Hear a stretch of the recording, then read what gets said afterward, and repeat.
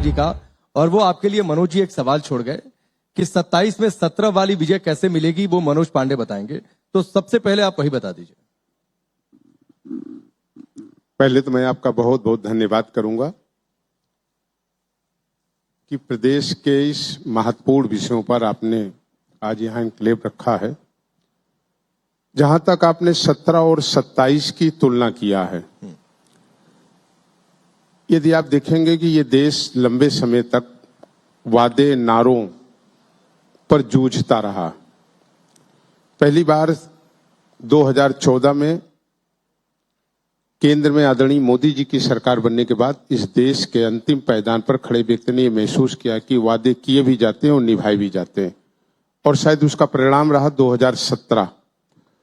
मेरा मानना है आज देश और देश में रहने वाली अधिकांश जनता, जो मतदाता है इस लोकतंत्र में, जो हम सबकी अपॉइंटिंग अथॉरिटी है, जो इस लोकतंत्र में सरकारें बनाती है और बिगाड़ती है, वो फिर 27 में 17 से भी ज्यादा प्रचंड जनादेश भारत के प्रधानमंत्री जी के विजन पर देने जा रही है। लेकिन पहले तो आप समाजवादी पार्टी के साथ थे, फिर आप आए इधर, कैबिनेट एक्सपेंशन हुआ, उसमें आपको इनाम मिला, लोग कह रहे हैं वफादारी का इनाम है। तो ये बदलाव बार बार पद के लिए, आप चीफ व्हिप भी रहे समाजवादी पार्टी में। कारणों को जनता भी ढूंढती है और मूल्यांकन भी करती है, और उसमें नंबर भी लोकतंत्र में जनता ही देती है। कोई हम आप एक दो लोग बैठ करके नंबर नहीं दे सकते। मेरा 30 साल का लगभग समाजवादी पार्टी का राजनीतिक जीवन था। प्रदेश की मीडिया ने और प्रदेश की जनता ने हमें विभिन्न जन मुद्दों पर लाठियां खाते हुए भी देखा, सर फटते हुए बहते हुए खून को भी देखा, टूटे हुए हाथ को भी देखा, हमारी वफादारी भी देखी, हमारे संघर्षों को भी देखा। सवाल यह है कि जिस नीति और विचारधारा से एक राजनीतिक दल का गठन होता है, कोई व्यक्ति पार्टी में नहीं आता, उस नीति और विचारधारा से प्रभावित होकर के उस दल में जाता है। हम लोग जिस दल में गए थे, उस दल में जाति नहीं थी, उसमें जाति को तोड़ने की बात नहीं थी, जातियां तोड़ करके सबको एक करने की बात थी। हम जिस दल में गए थे, उसमें रामायण मेला अयोध्या में लगवाए जाने की बात होती थी। हम जिस दल में गए थे, उसमें भारत के संविधान के दिए गए अनुच्छेद में सबको अपने अपने धर्म के प्रति सम्मान श्रद्धा व्यक्त करने का और उसे मानने का अधिकार था। लेकिन जब कोई पार्टी अपनी नीति और रीत से अलग होगी, तो जाहिर है कि हम जिस विचारधारा को ही अपनी नींव बना करके आए हैं, वो डगमगाएगी। नहीं, लेकिन सपा तो जातियों की सियासत की बात करती रही है। MY समीकरण, आप तो हाल फिलहाल में चूंकि चुनावी साल में बातचीत हो रही है, गंगा एक्सप्रेसवे के बाद यह बातचीत हो रही है, तो एक अलग एक्सप्रेसवे है सियासत में, और वो एक्सप्रेसवे है कि ब्राह्मण वोट बैंक किसके पास होगा। समाजवादी पार्टी भी जोर लगा रही है। बीजेपी ने बहुत हद तक पिछले कुछ समय में आरोप लगे कि बीजेपी ब्राह्मण विरोधी है, माघ मेले में जो कुछ हुआ उसके बाद सपा ने, लेकिन हाल फिलहाल में अब परिस्थितियां बदली हैं। देखिए, आपने उस समाज की बात किया है जिस समाज से मेरा जन्म हुआ है। अगर इतिहास और अतीत के पन्नों को आप पूरे देंगे, बहुत से ग्रंथ और बहुत से इतिहास आपको मिलेंगे। आदिकाल से अगर हम कई युगों को भी तुलना करें, इस समाज ने कभी ऋषि बन करके, कभी मुनि बन करके, सैकड़ों वर्ष तपस्या करके अपने शरीर को गलाया है। वो केवल एक समाज के लिए नहीं, सृष्टि के लिए। यहां तक कि केवल मानव नहीं बल्कि पशु पक्षियों की भी चिंता करने का काम इस समाज ने किया, और इस समाज का ये इतिहास रहा। अगर आप राष्ट्र की बात करेंगे तो आप मंगल पांडे, आजादी के प्रथम नायक को नहीं भूल सकते। आप बात करेंगे राष्ट्र की तो आप चंद्रशेखर आजाद को नहीं भूल सकते। आप अगर राष्ट्र की बात करेंगे तो सुखदेव को नहीं भूल सकते।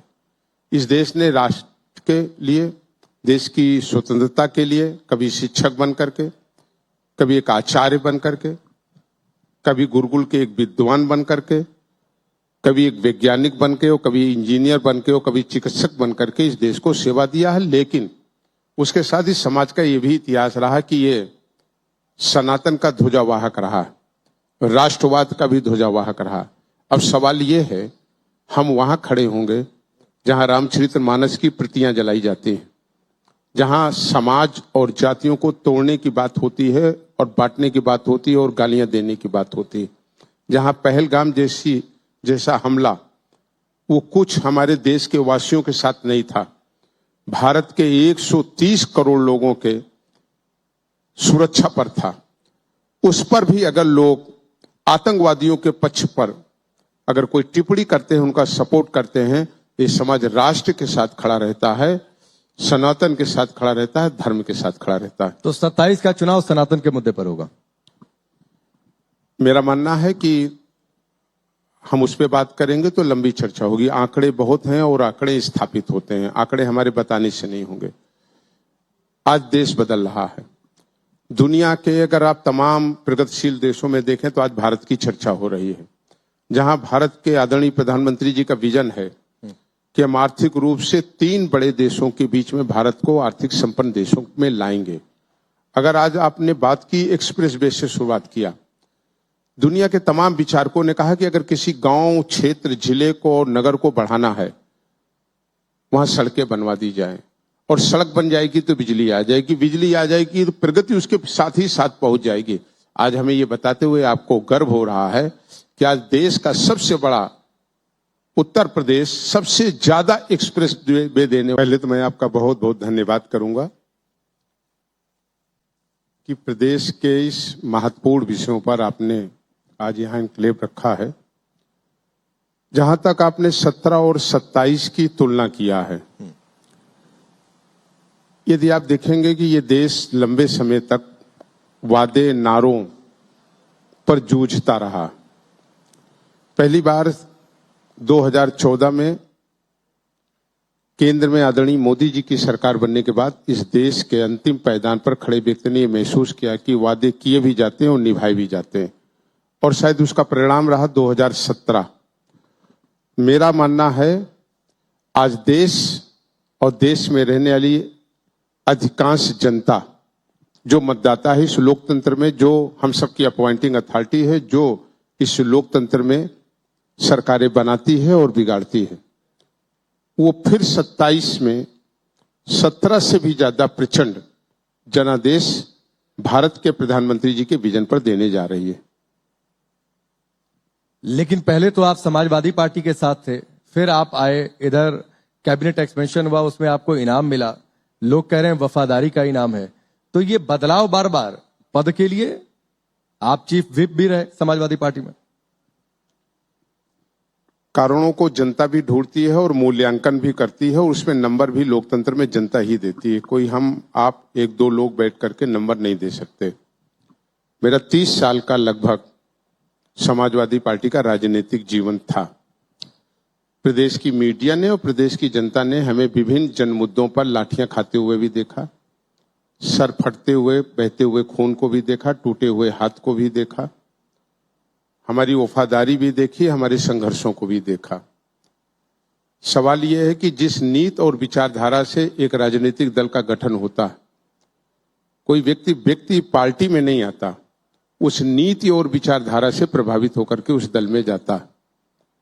हम लोग जिस दल में गए थे, उस दल में जाति नहीं थी, उसमें जाति को तोड़ने की बात नहीं थी, जातियां तोड़ करके सबको एक करने की बात थी। हम जिस दल में गए थे उसमें रामायण मेला अयोध्या में लगवाए जाने की बात होती थी। हम जिस दल में गए थे उसमें भारत के संविधान के दिए गए अनुच्छेद में सबको अपने अपने धर्म के प्रति सम्मान, श्रद्धा व्यक्त करने का और उसे मानने का अधिकार था।